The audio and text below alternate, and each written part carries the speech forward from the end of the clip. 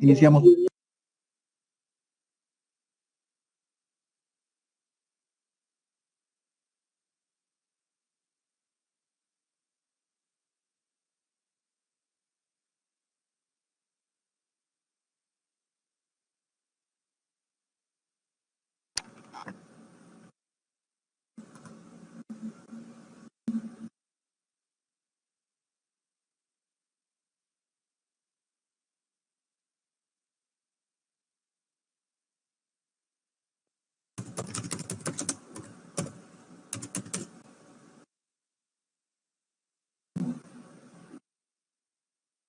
Bien, jóvenes, muy buenas tardes, siendo ya 12 con 11 minutos. Sí, buenas tardes, saludos a todos ustedes, saludos a Jean, a Carlos, a Omar, Gina, Renzo, Fabián, Sofía. Buenas tardes a todos, también los presentes, los demás. Miren, lo que toca desarrollar hoy va a ser filosofía antigua, nuestra semana número 2, ¿sí? Y veamos lo que tenemos para continuación, ¿no? Previamente les voy diciendo que vamos a ver algo de Sócrates en contraposición de los sofistas. Vamos a ver a Platón y Aristóteles, ¿no? Insisto, vamos a hacer netamente filosofía antigua, ¿no? Filosofía griega, ¿no? Si lo quieren. Veamos, pues. Tenemos en nuestra diapositiva lo siguiente. El esquema de la historia de la filosofía en general nos deja de que la filosofía antigua, ¿sí? Empieza entre los siglos VI y V antes de nuestra era y 5 después de nuestra era, ¿no? Allí está precisamente depositado lo que es la filosofía antigua en esos siglos. Después tenemos que la filosofía medieval está dentro de lo que vienen a ser los siglos 6 y hasta el siglo XV de nuestra era. Y después tenemos la filosofía moderna, dando cuenta de que la misma está dentro de lo que viene a ser el siglo XVII, la primera mitad del mismo, hasta lo que viene a ser el siglo XIX, ¿no? Inicios de lo que viene a ser el siglo XIX. Y la segunda mitad del siglo XIX hasta nuestros días viene a ser la filosofía contemporánea, ¿no? Digamos pues que nosotros nos vamos a ubicar dentro de lo que se denomina la filosofía antigua en este instante, ¿no? Vamos a ubicarnos aquí y vamos a ubicarnos entonces entre los siglos VI antes de nuestra era y lo que viene a ser el siglo V, ¿no? Me dicen, ¿no? Siglo XVI no hubo filosofía. Bueno, se considera allí lo que es el renacimiento, ¿no? Pero que a veces como que no quieren hacerlo parte de lo que viene a ser una etapa de la filosofía y generalmente la termina mezclando con filosofía moderna, ¿no? Sí, porque ya se ven cambios ahí. Por ejemplo, en el siglo XVI o propiamente estuvieron filósofos como Francis Bacon, ¿no? Que quería hacer esto, que quería hacer, por ejemplo, de lo que se denomina transformar la naturaleza en beneficio del hombre, ¿no? Por ejemplo, quería hacer del hierro que nosotros conocemos igual de fuerte y resistente, pero mucho más ligero, que sea fácil de poder transportar. También quería hacer del cristal que nosotros conocemos igual de transparente, pero mucho más resistente, que no se nos quiebre fácil cuando se nos caiga de las manos. Entonces, habían esas ideas dentro de lo que viene a ser la época del Renacimiento, ¿no? Sí, pues eso es. Los temas han cambiado, sí, los temas han cambiado, chicos. En comparación de otros ciclos anteriores, los temas han cambiado, ¿no? Ya no son los mismos de antes, ¿no? Por ejemplo, hasta lo que viene a ser la semana 4 vamos a ver una especie así de compacto de la historia de la filosofía. A partir de la semana 5 para adelante vamos a ver netamente disciplinas filosóficas, ¿no? Vamos a ver estética, que le vamos a ver 2 semanas, semana 15 y 16. Vamos a ver también lógica, si no me equivoco también son un par de semanas. Filosofía política son las 2 últimas semanas, es 17 y 18, ¿sí? Después, ¿qué más? Ética, vamos a ver axiología, vamos a ver antropología filosófica. Todo es bastante temático, ¿no? Más que histórico, ¿no? La cuestión histórica, como para entender a qué se dedicaron los filósofos de la historia, son básicamente las cuatro primeras semanas. Periodo cosmológico, no, pues, ¿no? Solamente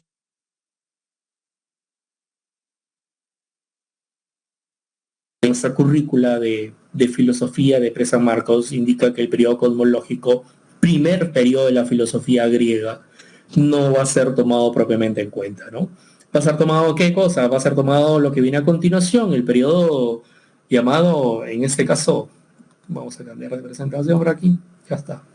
Periodo denominado aquí, Sócrates, y después los sofistas, ¿no?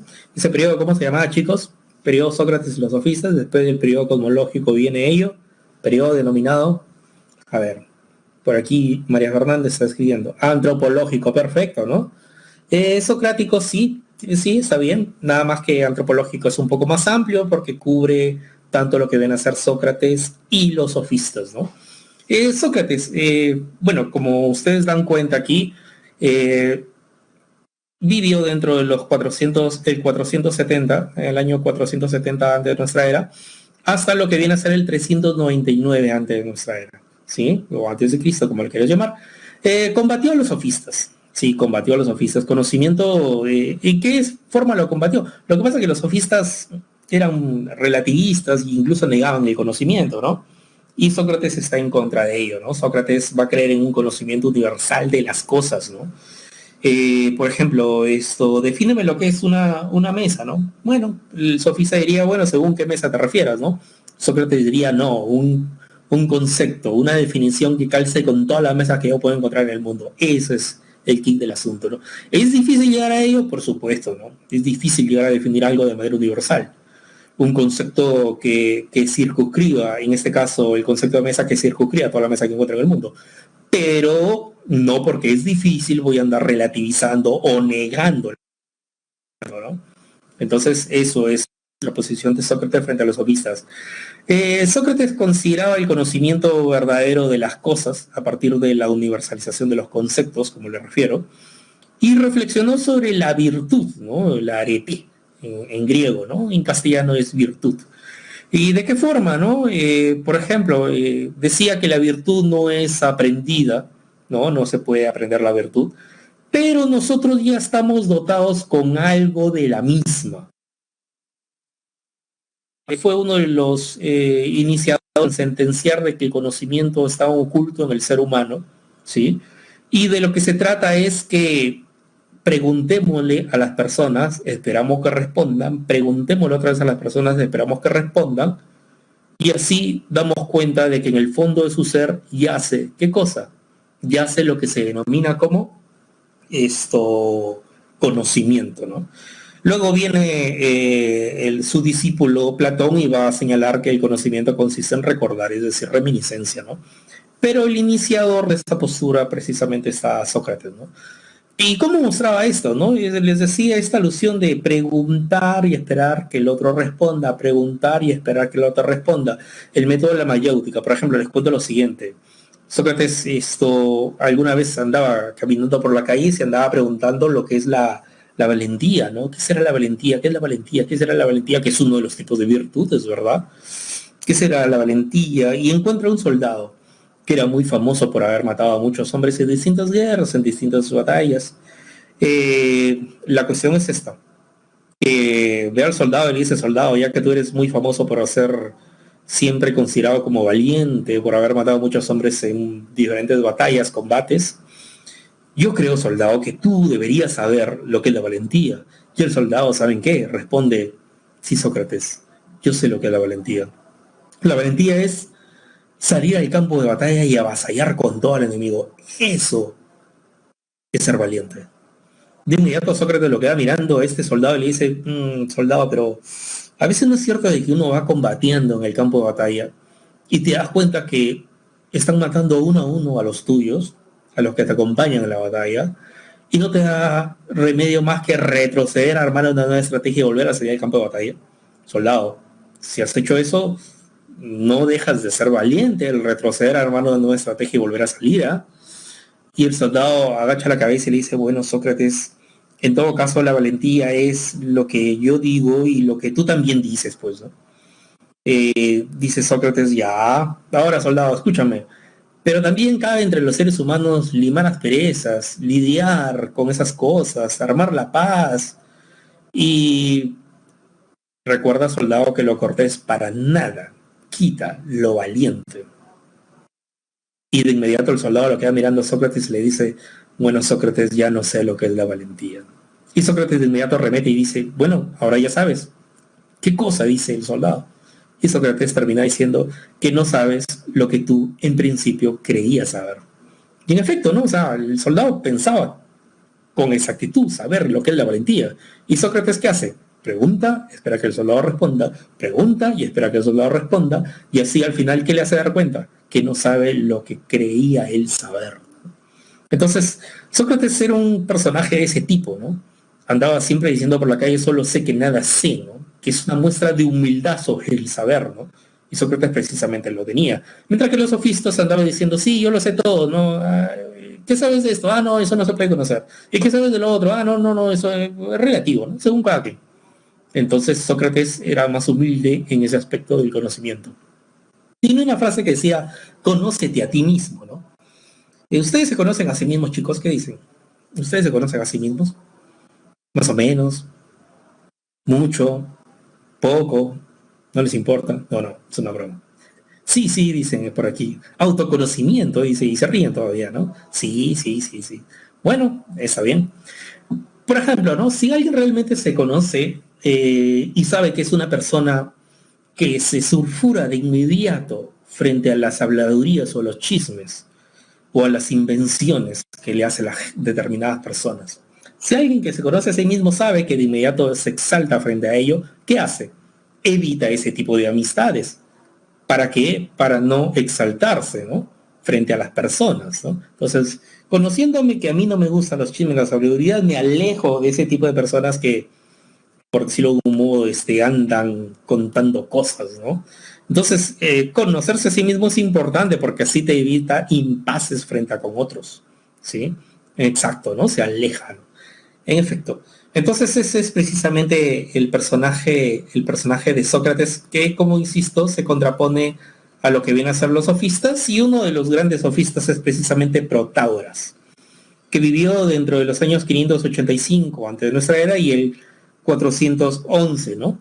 Antes de nuestra era. Máximo representante de los sofistas, sí, relativista nociológico, y él consideraba lo siguiente: la verdad y la falsedad depende de cada hombre, ¿no?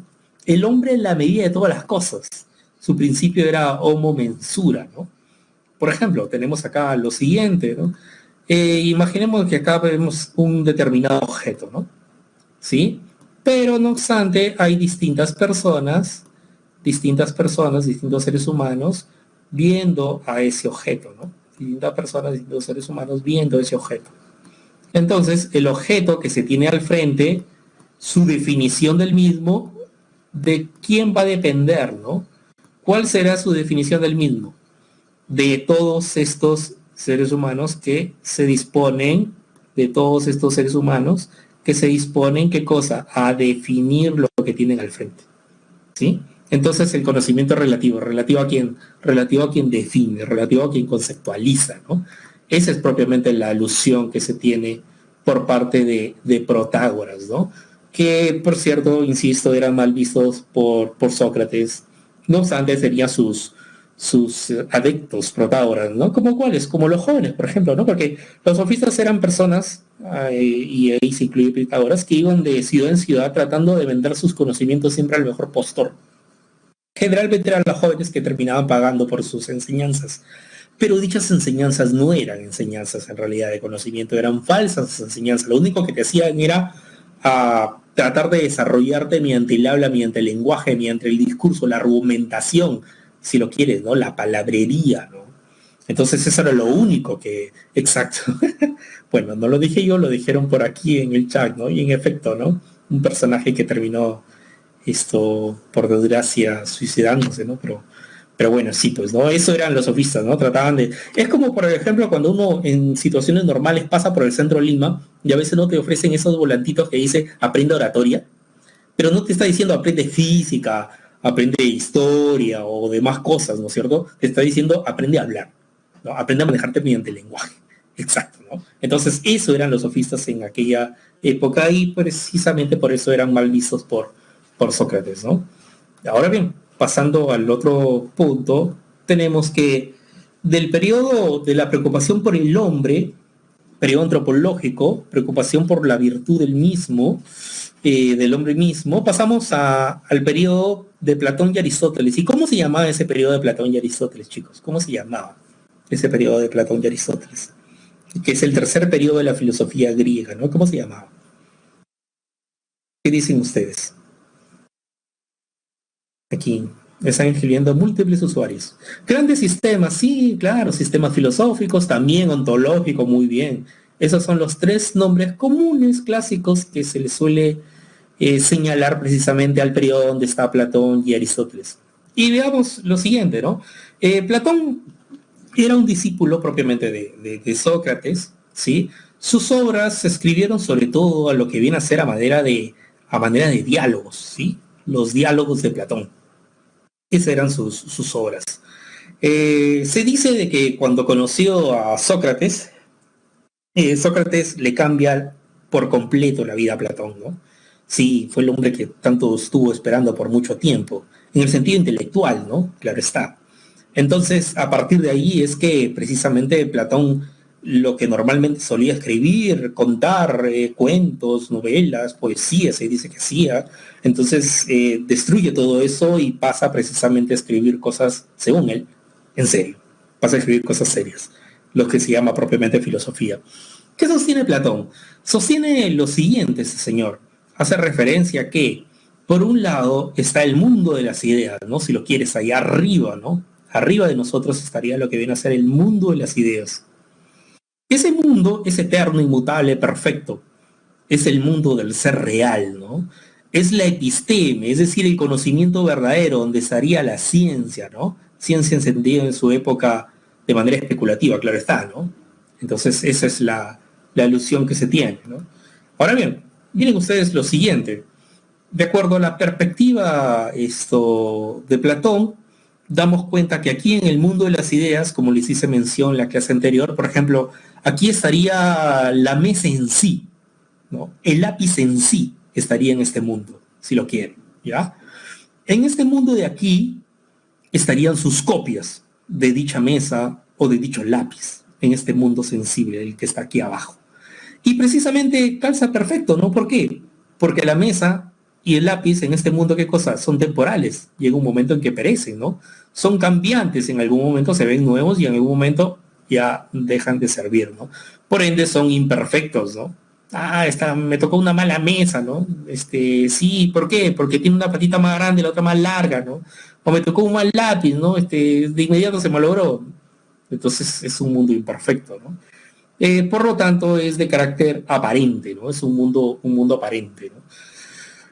Por ejemplo, el concepto de mesa o el concepto de lápiz, ¿no? O la idea de mesa o la idea de lápiz están aquí arriba en el mundo de las ideas. Y los fabricantes se les seguirán pasando esas ideas de cómo hacer una mesa, de cómo hacer un lápiz a través de los tiempos. Y seguirán haciendo más y más mesas y más lápices. No obstante, en el mundo sensible, las mesas y los lápices perecen, ¿no es cierto? Son temporales, son cambiantes, ¿no? Cambian de modelo, de forma, ¿no? Son imperfectos, ¿no? A veces te tocan buenos, a veces te tocan malos. Entonces, esa es la cuestión, ¿no? Que en este mundo sensible está la doxa, es decir, lo aparente, ¿no? Entendido como la opinión. Aquí está en este mundo, ¿no? Mientras que en este mundo acá las ideas son eternas, inmutables, perfectas, ¿no? Y es un mundo de lo que se denomina como el ser real, y acá está lo que se denomina como lo aparente, decíamos, ¿no? Entonces, esa es la posición que precisamente por eso es que se tilda a este periodo donde está Platón y después viene Aristóteles, a este periodo se tilda de qué manera se tilda este periodo, como bien lo dijo aquí Yadira, ¿no? Yadira Cielo. Dijo, por ejemplo, que ese periodo se denominaba ontológico, ¿no? Claro, otras personas como María, como Natalia, dijeron que se llamaba de los grandes sistemas o los sistemas filosóficos, respectivamente, ¿no? Pero ontológico cae precisamente a pelo, por decirlo de un modo, porque, miren, esta posición de que existe un mundo de las ideas, donde están las ideas y tienen sus características de eterno, inmutable, perfecto, y por debajo está el mundo sensible, donde precisamente están las cosas que tienen un carácter temporal, cambiante, imperfectas. Esa posición es una visión ontológica que Platón tiene de la realidad. Por eso decía, calza bien el término ontológico, ¿no? Esa es la visión ontológica, chicos, que Platón tiene con respecto a la realidad, ¿no? Es decir, justifica por qué que existen las cosas. Recuerda que la ontología es eso, ¿no? Justificar a partir de dónde o por qué existen las cosas. Y Platón lo justificó así, ¿no? Existe un mundo de las ideas y por abajo existe un mundo sensible, ¿no? ¿Sí? El mundo sensible, las cosas comunes y corrientes dependen de el mundo de las ideas. Sus esencias matrices universales del mundo sensible están arriba en el mundo de las ideas, ¿no? Entonces esa es la posición precisamente que defiende Platón. Les decía, ¿no? El conocimiento consiste en recordar para Platón. Si, por ejemplo, si Platón estuviera haciendo esta clase, diría, ustedes no están aprendiendo nada, simplemente están recordando lo que ya yace en el fondo de su ser, en el fondo de su alma. Porque Platón consideraba que propiamente el alma está en un principio arriba. Sí, Platón consideraba eso, ¿no? Que el alma está aquí arriba, ¿no? Aquí arriba, al lado del mundo de las ideas, estaría lo que se denomina como el alma, ¿no? Pero llega un momento en que esta termina cayendo, ¿no? Termina cayendo ¿a dónde, no? A este mundo, ¿no? El mundo sensible, ¿no? Y se deposita en los distintos cuerpos. Si esa alma ha estado arriba en principio al lado del mundo de las ideas, por lo tanto es eterna. Y ahí se cumple pues el factor de que se dice el alma, ¿no? Que es inmortal.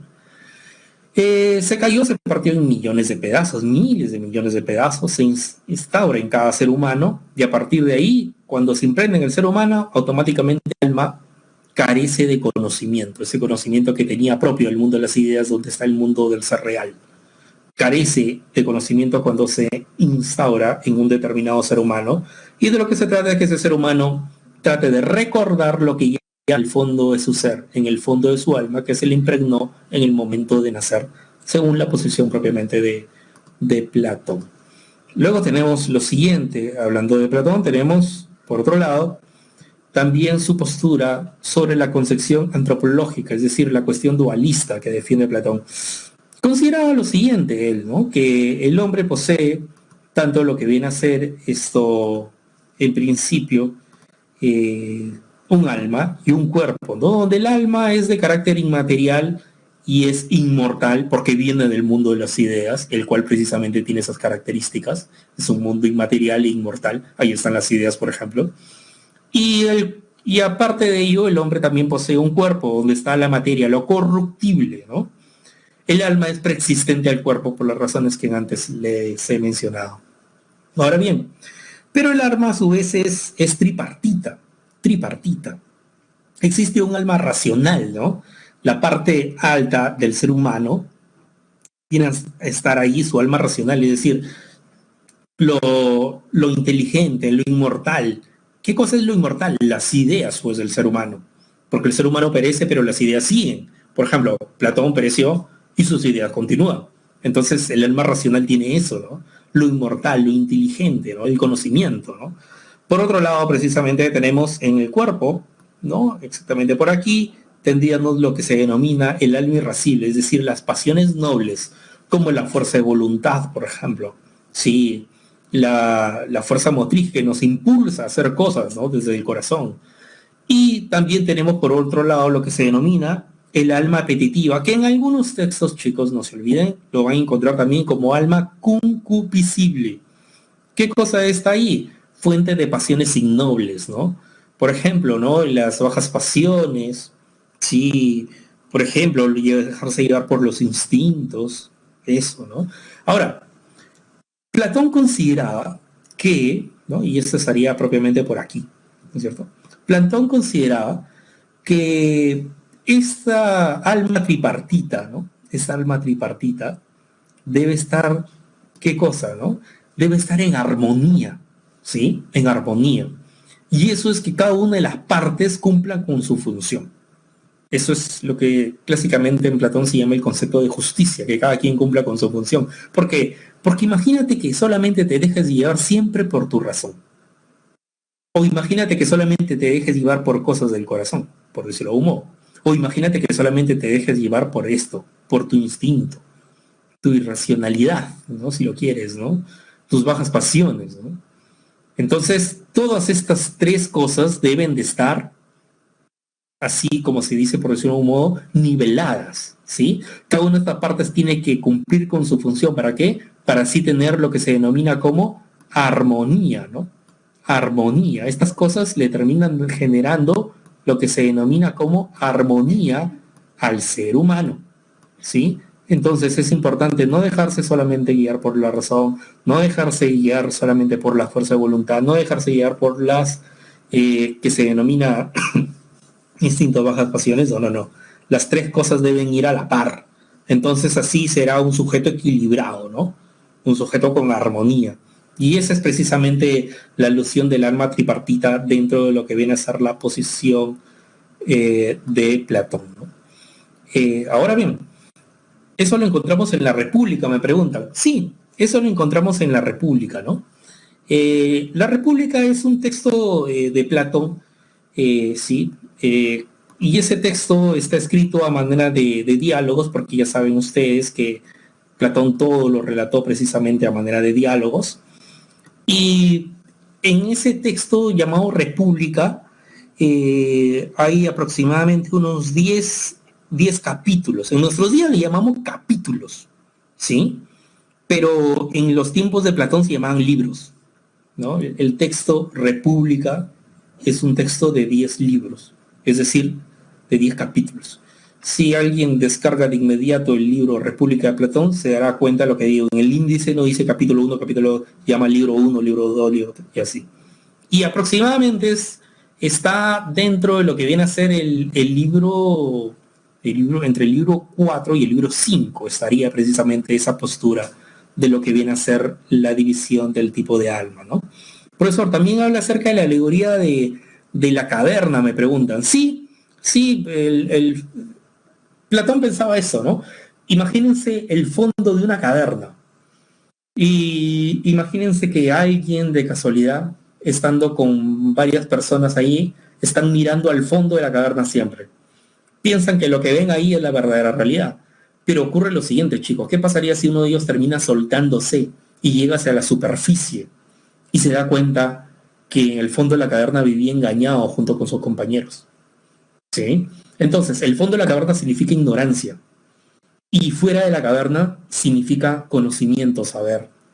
Pero ocurre lo siguiente, nadie puede estar siempre en la superficie, nadie puede estar arriba, al lado del sol, que él hacía alusión que era el supremo bien. Nadie puede estar allí. ¿Por qué? Porque, por ejemplo, no sé en qué zona ustedes vivan, pero acá por mi casa hace un sol terrible. Sí, y si uno se pone a ver el sol, propiamente es como hacerlo así, ¿no? Entre los dedos, ¿no? No puede verlo uno de manera directa. Igual es el saber. El saber tampoco no se puede ver de manera directa, siempre. Uno piensa que por decirlo de un modo tiene el saber, pero no es posible. Entonces, fuera de la caverna, al lado del sol, significa la sabiduría. Y dentro de la caverna significa ignorancia. Pero, sí o no, que nunca siempre nos quedamos al fondo de la caverna. Siempre llega un momento en que descubrimos la salida, por decirlo de un modo. Eso significa dos cosas, ¿no? No existe ignorancia plena y si no podemos alcanzar siempre el saber, entonces no existe el saber pleno. Entonces esa es la alusión que se tiene de la alegoría de la caverna. Si quieren, lo podemos traducir a nuestros días, ¿saben? ¿De qué forma? Por ejemplo, ¿no? La televisión viene a ser el estar en el fondo de la caverna, ¿sí? Y de casualidad sales a las calles y te das cuenta de otra realidad distinta a la que te pintan por televisión. Entonces la televisión viene a ser estar frente a la televisión es estar al fondo de la caverna. Sales a la realidad y te das cuenta que me están engañando por televisión, entonces ¿qué llegas a ver? Llegas a ver la superficie, la verdadera realidad. Entonces esa es la cuestión de la alegoría de la caverna para Platón, ¿no? Otra cosa que me preguntan por acá, eh, ideal de sociedad, creo, me dicen, ¿no? No sé a qué se referirá Nicolás con ello, ideal de sociedad. Profesor, también habla del deber y caverna, bueno, lo acabo propiamente de mencionar. O sea, Natalia me pregunta, el alma es una sola pero dividida en tres partes. Sí, un alma tripartita, ¿no? Claro está. Las teorías de las letras pequeñas. Sí, también la teoría de las letras pequeñas, sí, sí, sí. Mito del caballo alado, bueno, eso es netamente en el texto llamado Fedro, donde hace alusión de que supuestamente existe un caballo y dos caballos, ¿no? Que por un lado está el jinete, ¿no? El jinete viene a ser el ser humano, ¿no?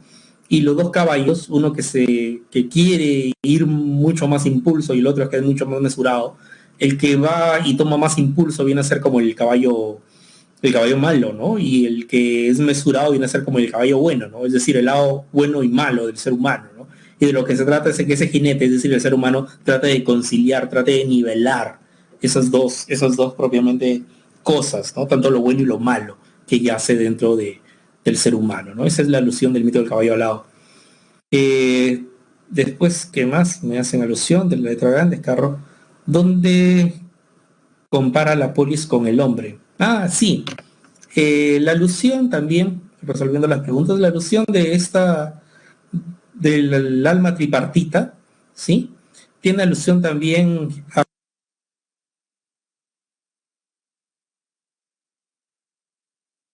al otro lado podemos hablar de la sociedad. Y la sociedad también tiene una parte alta, ¿no? Los gobernantes, por ejemplo, ¿no?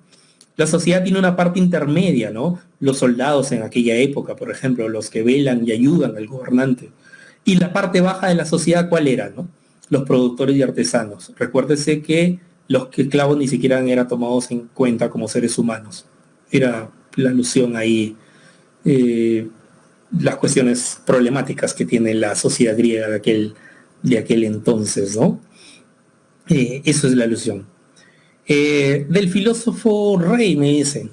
Sí, el filósofo rey, ¿no? Aquel que sale de la caverna es el más capaz y por lo tanto es el que debe de gobernar, ¿no? Profe, y el demiurgo, me preguntan, ¿no? A ver, veamos acá precisamente el demiurgo. Aquel que hace que las ideas terminen viniendo a manera de copia al mundo sensible, ¿sí? ¿Quién es? Es ese principio que se inventa Platón, el demiurgo, el que ordena el mundo de las ideas y hace que de ahí vengan las copias a este mundo sensible. Ese precisamente se tilda como demiurgo, ¿sí? Ahora, chicos, importante esto. Eh, los griegos no tienen principio creacionista, los dije de la semana pasada, pero lo que sí tienen es que se inventan principios para tratar de justificar. Por ejemplo, ¿no? Creas un mundo de las ideas, un mundo sensible. Está bien. Dices que el mundo sensible depende del mundo de las ideas y que las ideas vienen como copias. Entonces le falta un principio que trate de explicar o sentenciar por qué bajan las ideas a manera de copias de este mundo. Y él se inventa que precisamente el demiurgo es el que le compete esa acción, ¿no? Esa es propiamente la posición de Platón en este caso. Bien, ya resolviendo sus pequeñas dudas de todos ustedes, pasamos pues y seguimos avanzando y vamos a la postura de Aristóteles, ¿no? Les cuento lo siguiente en el caso de Aristóteles. ¿Se contrapone a Platón? Sí, porque Platón va a pensar de que existe un mundo de las ideas. Sí, eso es, ¿no? Existe un mundo de las ideas. Bien, existe un mundo de las ideas. Y que de ese mundo depende este mundo de acá. ¿Saben qué? Aristóteles de inmediato va a decir, tiene una frase muy particular que dice, soy amigo de Platón, pero más amigo de la verdad. ¿Por qué dice esto?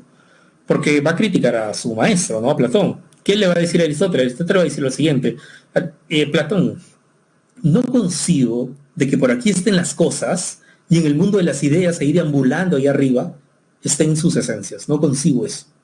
Al contrario, pienso yo lo siguiente, dice Aristóteles a Platón. Yo pienso que las cosas son un compuesto de materia y de forma. Por eso es que existen las mismas. Al sentenciar esto, está tomando una postura, una visión ontológica de la realidad. Está justificando por qué las cosas existen, Aristóteles. Si Platón lo hizo a partir de un mundo de las ideas, Aristóteles lo hizo de una forma más terrenal, a partir de lo que se denomina lo que es la forma y la materia. En efecto, ¿no? Una mesa, por ejemplo, tiene materia, ¿no? Plástico puede ser de madera, puede ser de metal, puede ser de melamine, ¿no? La mesa. Y tiene una determinada forma, una superficie y apoyada en unas cuantas patas, ¿no? Igualmente un lápiz, ¿no? Tiene una determinada forma, ¿no? Porque si el lápiz tuviese forma de cuaderno, es imposible escribir, ¿no es cierto? Tiene una determinada forma el lápiz y también tiene una determinada materia, ¿no? A partir de la cual está hecho el mismo lápiz, ¿no? Si es un lápiz de madera, bueno, la maderita misma y el carbón mismo. Si es un lápiz de portamina, el plástico y la mina misma, ¿no es cierto? Entonces esa es la postura que se contrapone de Aristóteles frente a Platón. Llamó Aristóteles a la filosofía como filosofía primera. Sí, la filosofía, siglo IV antes de nuestra era, la llamó como filosofía primera. Si eso es filosofía primera, o sea, si la filosofía se llama filosofía primera, ¿qué cosa es filosofía segunda? Hacía alusión a la física, ¿sí? A eso le llamaba filosofía segunda. A la filosofía le llamaba filosofía primera, también metafísica, ¿sí? Porque recuérdese que Aristóteles, ¿cuál era su definición de filosofía, no? La tenemos precisamente aquí, ¿no? Y ya la hemos visto anteriormente, ¿no? La definición de filosofía. Está acá, ¿no? Causa y principio primero de todas las cosas, ¿no? Causa y principio primero. Y para buscar eso, tienes que navegar en la mente y pensar cómo es que han venido las cosas a este mundo. Entonces estás haciendo metafísica, te estás yendo con tu pensamiento más allá de lo físico, ¿no? Y teología, porque precisamente, de acuerdo a la postura de Aristóteles, teología no en el sentido medieval, ¿no? Existe lo divino, ¿no? No, sino que existe un misterio a partir del cual el ser humano con la razón intenta develarlo, ¿no? Develarlo. Se inventa, en lugar de hablar de un dios, él habla de un motor inmóvil, ¿no? Que mueve el mundo, ¿sí? Que mueve el mundo, pero nadie lo mueve a él, nadie mueve ese motor inmóvil, ¿no? Entonces esos son los principios clásicos que todo griego termina inventándose, ¿no? Aristóteles se inventa el motor inmóvil, como en el caso de Platón, que se inventó el demiurgo, ¿no es cierto? Y otras posturas también, por ejemplo, los filósofos del periodo cosmológico que no hemos visto, terminan inventándose también principios, ¿no? Empédocles, por ejemplo, para justificar la existencia del universo, habla de 4 elementos, tierra, aire, agua y fuego. ¿Y qué se inventa? 2 fuerzas cósmicas, no son sentimientos, fuerzas cósmicas, amor y odio, por ejemplo. Anaxágoras, un filósofo presocrático del periodo cosmológico, hace alusión que no obstante, se inventa un principio llamado el nous, espíritu inteligente que hace que se unan las semillas y que terminen conformando las cosas. Los griegos tenían eso, chicos. No tenían un principio creacionista, tenían principios a partir del cual justificaban el movimiento, ¿no? El avivamiento de la naturaleza, si lo quieren, ¿no? Criticó a Platón, como les dije, ¿no? Las ideas no están separadas del mundo sensible, ¿no? Más bien están en este mundo, ¿no? Más bien están en este mundo, diría Aristóteles. Y de lo que nosotros en principio conseguimos son las cosas y a partir de ahí nos hacemos ideas de las mismas. Era la posición propiamente de Aristóteles, ¿no? Hace alusión a una teoría, su concepción ontológica, como les decía, tiene una postura llamada teoría de la sustancia por un lado y por otro lado teoría ilemórfica. Cuando hacemos alusión a teoría de la sustancia, ¿qué hacemos alusión? Es aquello que constituye una cosa. Sí, por ejemplo, si tú ves una manzana, ¿cuál es su sustancia de la manzana? Lo que constituye la manzana, su sabor, su color, su textura, su forma, ¿sí? Su tamaño. Todo eso, característica de la manzana, se terminan siendo su sustancia la misma. Entonces, a partir de identificar la sustancia de las cosas, es que tú das cuenta de la existencia de las mismas. Otra forma de dar cuenta sobre la existencia de las cosas lo hace alusión a su teoría ilemórfica, que ustedes la tienen en el lado izquierdo, parte de abajo, ¿no? Que las cosas, como le vuelvo a repetir, son un compuesto de materia y de forma. Sí, eso es. ¿Todo por qué? Porque lo que quería Aristóteles era eso, buscar la causa y principio primero de todas las cosas y sentenció que la filosofía debe dedicarse a eso. Por lo tanto, de pasada también llega a definir la filosofía de esa forma, ¿no? Ya que piensa que debe haber una materia de disciplina de estudio que se aboque a ello, estudiar causa y principio primero de todas las cosas. Consideró que el conocimiento, el ser real se conoce primero, como les decía, ¿no? Mediante la sensación y luego mediante el pensamiento. Es decir, primero conoces las cosas y después te haces idea de las mismas. ¿Ya? Esa es precisamente la postura propiamente que tiene este señor. Que tiene este señor. Ahora bien, miremos a continuación lo siguiente, pues. La siguiente diapositiva. Aristóteles pensaba de que el mundo responde a 4 causas. Sí, 4 causas. ¿Causas de qué tipo, no? causa eficiente y la llamada causa final. 4 causas. Todo es producto de 4 causas. Por ejemplo, si nosotros miramos un edificio, causa material, ¿cuáles los elementos por los cuales está construido el edificio, ¿no?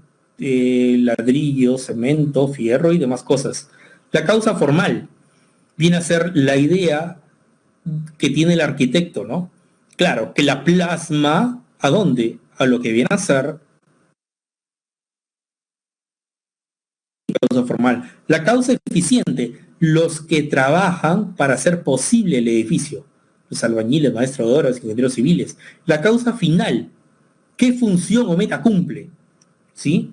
Causa final, ¿qué función o meta cumple? ¿Para qué se ha construido el edificio? Esa es la alusión, ¿no? La causa final. Bien.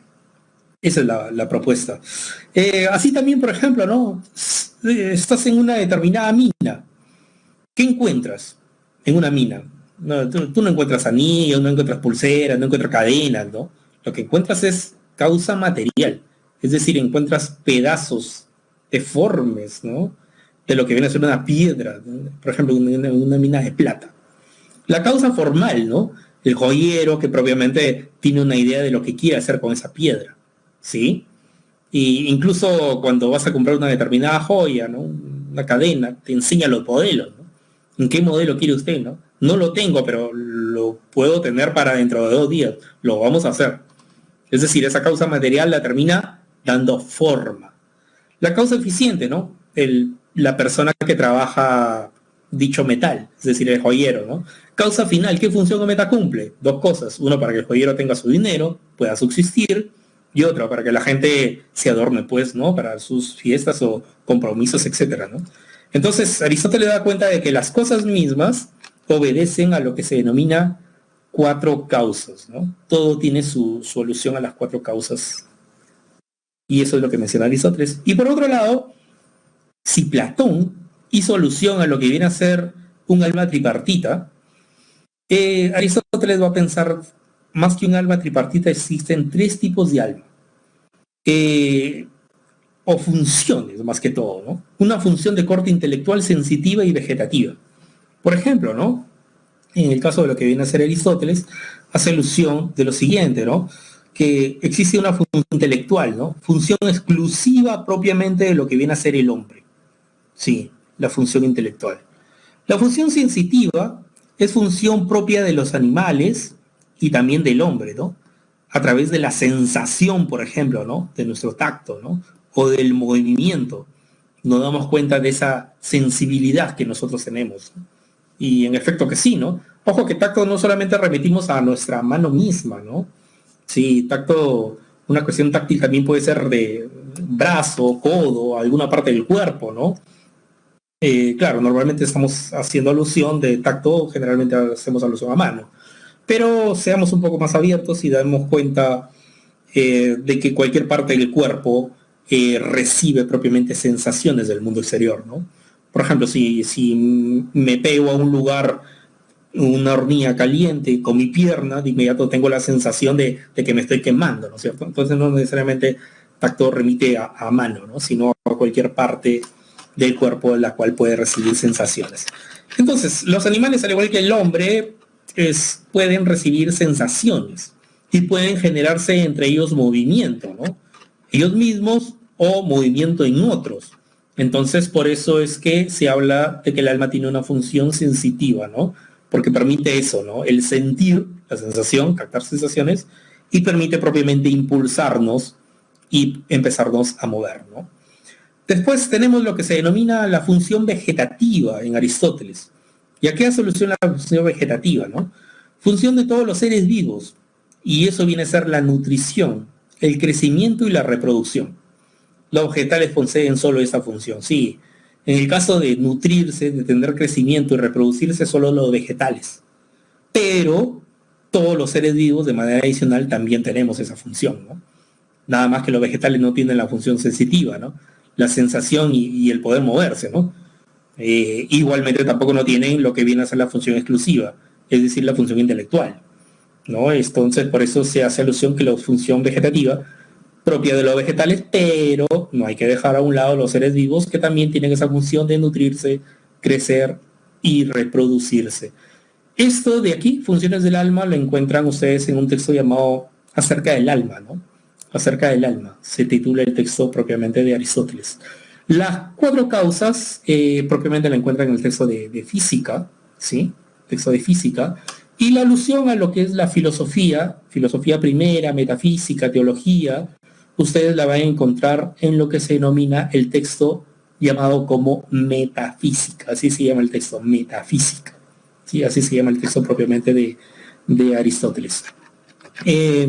Con el periodo ontológico o de los grandes sistemas, Platón y Aristóteles, se termina cerrando un tercer periodo de la filosofía griega, porque después va a venir un cuarto, claro, que nuestro programa no nos pide ver, pero les hago mención. Ese cuarto periodo se llama el periodo helenístico romano, donde la preocupación va a ser qué hace que seamos felices, en qué consiste la felicidad.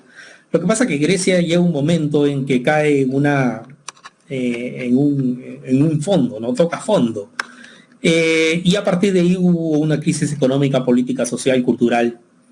Y la pregunta de los filósofos en aquel momento es, ante tanta desgracia, ante tanta crisis, ¿cómo somos felices? Sí, ¿qué nos queda para ser felices ante tanta desgracia? Y precisamente hay filósofos como Diógenes de Sinope del cinismo, hace ilusión de que podemos ser felices cuando vivimos apartados de todos, cualquier norma, convención social. O los estoicos que hacen alusión de que podemos ser felices cuando, por ejemplo, ¿no? Los estoicos podemos ser felices cuando nos dejemos guiar siempre por nuestro intelecto y sepamos siempre que tenemos un determinado destino el cual debemos aceptar, ¿no? Resignación frente al destino. O los epicúreos que dicen que, por otro lado, el placer nos lleva a la felicidad, existe un placer sensorial e intelectual según ellos, o lo que viene a ser esto, el, el periodo denominado como escepticismo, ¿sí? Donde también está allí Pierrón de Ellis, donde hace alusión de que, bueno, la felicidad la podemos obtener apartándonos de aquellos conocimientos que son imposibles de encontrar. Entonces existe otra corriente, por decirlo como otro periodo de la filosofía griega después de Platón y Aristóteles, y es el periodo de las escuelas helenísticas romanas que precisamente les he mencionado. El periodo cosmológico hice alusión al inicio, donde están precisamente, claro, es la primera etapa, donde están los filósofos presocráticos, ¿no? O del periodo cosmológico. Dos posturas, ¿no? Posturas monistas y pluralistas. Monistas, ¿por qué? Porque hacen alusión a un solo principio. Tales de Mileto el agua, Anaximandro el apeiron, lo indeterminado, Anaxímenes el aire, en el caso de Pitágoras el número, Heráclito el fuego, Parmenides el ser, y las posturas pluralistas, ¿por qué? Porque están varios principios se manejan ahí. Por ejemplo, en Empédocles, tierra, era, agua y fuego, ¿no? Varios principios. En el caso de Anaxágoras, semillas. O en el caso de lo que viene a ser esto, en el caso de lo que viene a ser también el señor Demócrito con los átomos, ¿no? Y son los primeros filósofos, ¿no? Considerados científicos, naturalistas de la naturaleza, ¿no? Sí, del estudio de la naturaleza. Y eso es el primer periodo, pero como insisto, ¿no? Si cualquier pregunta que le tengan que hacer ustedes, tenemos un nuevo sílabo y solamente va a ser ¿qué cosa? Periodo antropológico, donde están los sofistas y Sócrates, y periodo ontológico o de los grandes sistemas, donde está aquí Platón y Aristóteles, ¿sí? No, pues no, el periodo cosmológico no vendrá en el examen, pues no está en nuestro material, no ha sido considerado para nuestro material. Pero igualmente les hago mención para tener la perspectiva de qué hubo antes de los sofistas de Sócrates, ¿no? Y también le hago alusión de después lo que pasó Platón y Aristóteles, porque también tiene que ver usted la perspectiva de lo que viene con lo que termina cerrando la filosofía griega, ¿no? El periodo helenístico romano, ¿no? Solamente por eso, ¿no? Profe, el examen de admisión también será como el de la pre, porque ha cambiado el sílabo, ¿no? Entonces, ustedes también tienen que, cuando revisen el prospecto, tienen que dar cuenta ahí, ¿no? Ha cambiado el sílabo, ¿no? Porque se trabaja en relación, Presa Marco trabaja en relación con la OCA, ¿no? La Oficina Central de Admisión, ¿no? Sí, claro, uno de los objetivos de la PRE es prepararte para el examen de admisión y en efecto que sí, ¿no? Eso es lo que hacemos, porque precisamente se trabaja en relación con lo que manda OCA, ¿no? Oficina Central de Admisión, que precisamente hizo un cambio de currícula, un cambio de sílabo y en efecto Presa Marcos en coordinación con OCA tiene que relacionarse con ese cambio y así es como ustedes lo están notando, ¿sí? Bien, jóvenes, eso es lo que precisamente teníamos que hacer mención. Aquí tienen a continuación las preguntas de evaluación, tanto la lectura y sus ejercicios mismos. Ahí están. Ya saben ustedes que tienen también el multichat para hacer uso del mismo. Y otra cosa importante, antes que lo olvide, voy a iniciar una encuesta donde ustedes van a dar cuenta la clase de hoy que les ha parecido. Ya saben que esta encuesta es para cuestiones de institución, ¿sí? Para que den cuenta precisamente del desarrollo de la sesión de hoy, ¿no? La letra A es, la clase estuvo bien y la letra E fue algo paupérrimo, pésimo. Entonces les dejo precisamente la encuesta, desarrollenla pues, ¿sí? Para precisamente poder terminar ya parte de esta sesión. Son exactamente, bueno, menos el tutor y menos mi persona, que es el profesor, entonces ustedes son 51.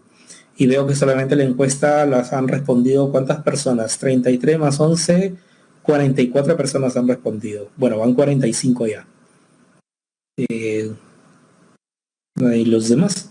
¿Dónde se fueron los otros 5 personas? Bueno, deben de andar por allí.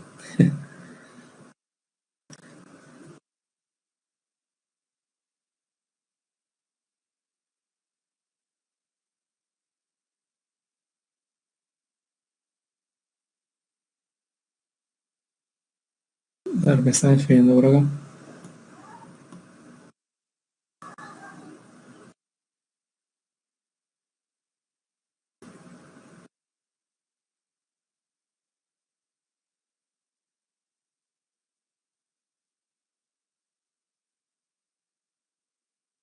Bien, bien jóvenes, entonces eso es precisamente nuestra sesión de hoy. Sí, ya tienen ustedes sus preguntas de evaluación, tanto lectura y tanto lo que vienen a ser los ejercicios mismos. Sí, me están escribiendo por aquí. Ya están almorzando, me dicen. Sí, bueno, algunos ya se habrán ido a almorzar. Sí, jóvenes, gracias por vuestra atención. Nos vemos la siguiente sesión y si la memoria no me falla, vamos a ver filosofía moderna. ¿Sí? Vamos a ver el empirismo, racionalismo y quién unificó el conocimiento, ¿no? ¿Quién fue ello? El racionalismo y el empirismo lo terminó unificando el señor Emmanuel Kant, ¿no? Emmanuel Kant. Medieval no, pues no, medieval no vamos a ver, ¿no? No vamos a ver. No, ya no viene aquí, ¿no? Ya no viene Tomás de Aquino, no vienen los filósofos medievales. Ha cambiado la currícula, ¿no? Sí, criticista, claro, ¿no? Kant era criticista, ¿no? Entonces, hasta la próxima